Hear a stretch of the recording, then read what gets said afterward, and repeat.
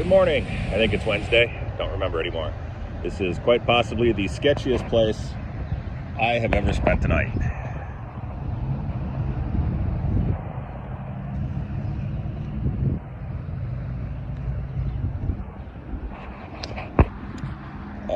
It was complete with sirens, alarms, and some guy at maybe 2 o'clock in the morning knocking on the camper door, asking us if we had $1 or two that he could get some gas with, and then asking us if we could borrow a cigarette from us. So Andrew got out and stood over by the rental car.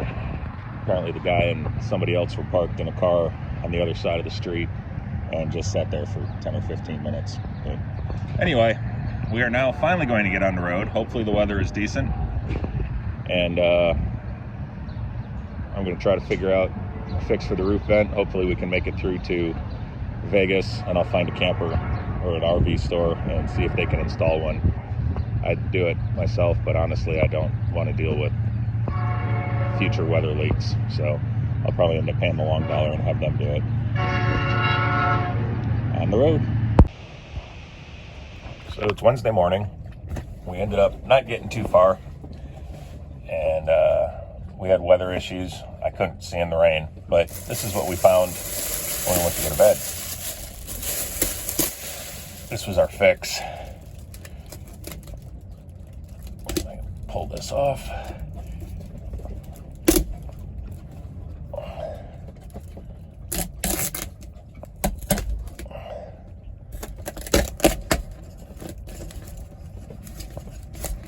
The vent blew off. So this is right over the sleeping loft, my sleeping loft. I had my sleeping bag up here and it got good and wet. So fortunately everything else stayed fairly dry. But yeah, so I ended up plugging that with a foam knee mat and throwing that plastic bag up there just as a wind barrier. So it was a cold night. I'll show you where we slept for the sketchiest place in the world. And it looks like we have windshield wipers, I hope. We pirated the rubber parts out of some modern Anco blades, disassembled the original wiper inserts, and put it on. So we'll see if it works. All right, so here's my fix. Another thing that I brought along that I didn't show because it was at the last minute when I packed was a foam knee pad that I got from the swap meet. A guy named Turbo sells them. I've got 3 or 4 in my shop, and I've also got some big bedroll length ones for sliding under cars. They're awesome. So anyway, I grabbed one because I figured I'd be working under the car or working under the truck on the side of the road occasionally. And it is now going to be a sacrificial vent plug. So I ended up cutting it with a razor blade on a vice grip, and it cut pretty well. The first couple cuts I did with a box knife, they sucked. I used the tape as a scribe line, taped off where it needed to be. It doesn't seem like this vent is square, which made it easy. So I'm going to caulk it and see how it goes. And the repair is done.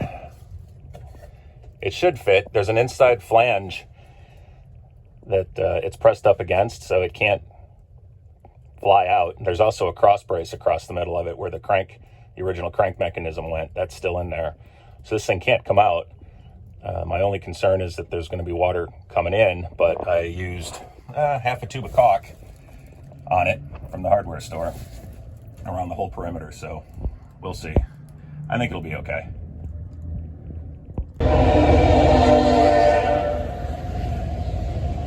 This is, without a doubt, the coolest store I have ever been in anywhere. It was a complete, full-service auto parts store, a full hardware store, and a gun shop. And it was a well-stocked gun shop. I'll be honest, I was surprised to see it in California. And the train you hear in the background, they have a major line running through here. There's been 4 and 5 engine locomotives going through here all night long, so we slept with that too. Anyway, this is where I picked up the supplies to fix the roof vent and my windshield wipers. I had to shout out, it's an awesome store, and the guys are real friendly and helpful. So our first gas stop, we've got 3/4 of a tank of gas through it, and I popped the hood just to see what's going on, and it's dripping oil, and it's dripping it out of the air cleaner, which tells me that it's being sucked through the hose that I made, and that tells me that it is probably because that PCV valve is shot. So I'm either going to try to find one at a parts store or just get a couple of push-in breathers. So we got the air cleaner off. The underside of it is totally wet. The inside is dry. So what I thought was happening was the air cleaner was filling up through that port. It's not. It seems to be puking out of there. The whole back of the engine and the firewall is coated with oil.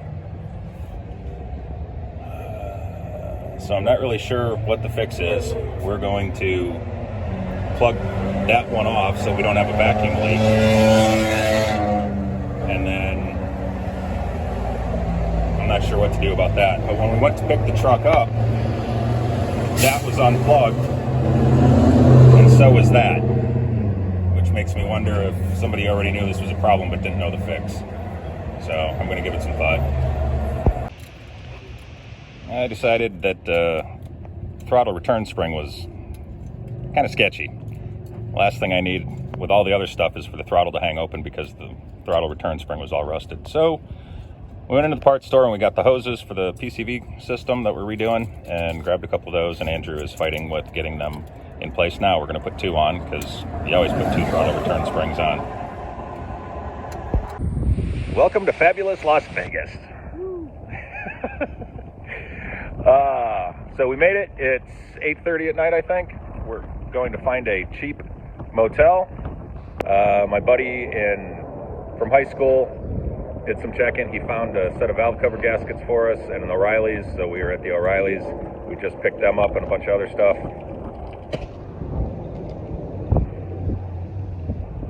It's windy. It's windy, and Andrew's teeth brushing materials just hit the ground.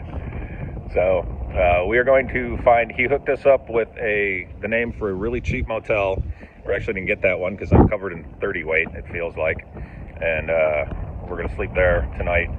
Get a hotel and a shower. We have to drop the rental car back off at the airport. And then we're going to try to find one of the last remaining buffets here in Vegas. Apparently they ended the buffets with COVID, which sucks. So we're going to try to find one anyway. And then make all the repairs to the valve cover gaskets in the morning and power wash the engine bay and use a bunch of brake clean on it and then get back on the road. See the USA in your Chevrolet. That's what Dinah used to sing about. Cruising the strip